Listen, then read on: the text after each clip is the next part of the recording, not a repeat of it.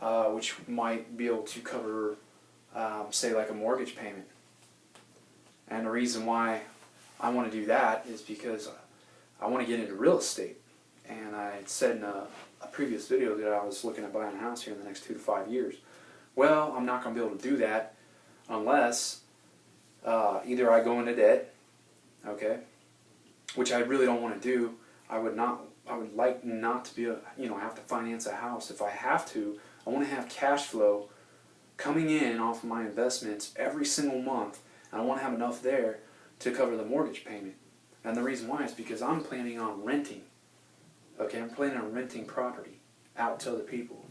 Well, if I can't get a renter in to rent property, when I buy it, and let's say I financed my mortgage, well, now I have a mortgage payment that I have to pay, and I want to have that covered in my plans. So basically what my long-term goal is to create enough passive income to pay my bills, okay? And then on top of that, with like my joint account portfolio that we have with my the person I'm renting from, I've talked to her. She wants to get into real estate eventually too, and I told her, hey, let's go ahead and go into this together. You could be a business partner. But again, it's long term. It's in the next 10 years. So what we'll do is take the money from the joint account, it's creating passive income, and if we have to, we utilize that if we can't get a renter right offhand. Because I know, for example, we have a couple friends who are doing this, but they're flipping houses, and they had one of their houses, and they encountered the same issue that I'm talking about right now in flipping houses. They actually didn't even, they owned the house, but they wanted to get rid of it for a profit, so they tried to flip the house. Well, they couldn't find buyers, and so they're stuck with a house and maintenance fees, even though their house was bought and paid for with the cash that they had. They still had maintenance fees, and they had a lot of problems that arose like within the winter months. And they didn't have any buyers for about 6 months. So they utilized all their savings that they had, but they didn't have any passive income coming in. So once their money was gone, it was gone. They didn't have any wealth. And when I talk about wealth, I'm saying there's a big difference between wealth and being rich. With being rich, you've got cash. You've got a lot of cash, but that cash is going to run out. Okay? After that, you have to either go back, working a 9-to-5 job, or you got to create a business to create more cash. That would be the definition of being rich.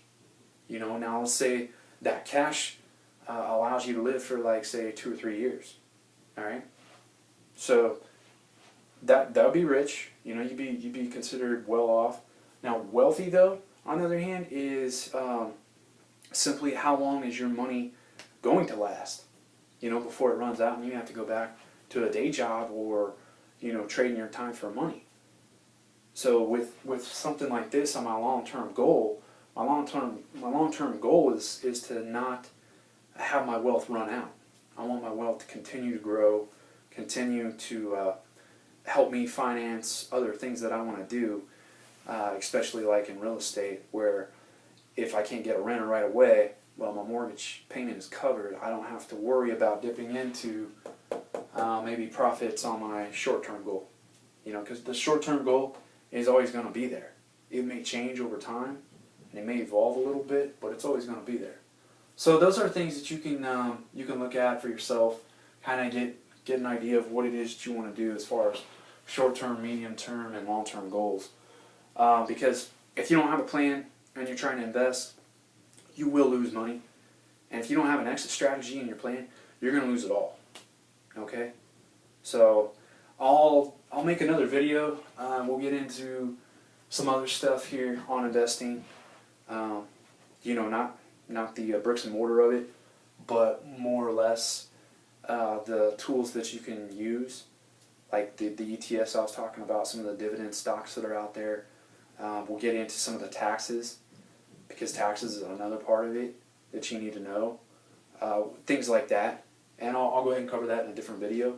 But for now, I hope this helps. And remember, again, practice communication, discipline, and knowledge. Practice that every day because again, it all ties back into your plan and investing and what you want to do for your future.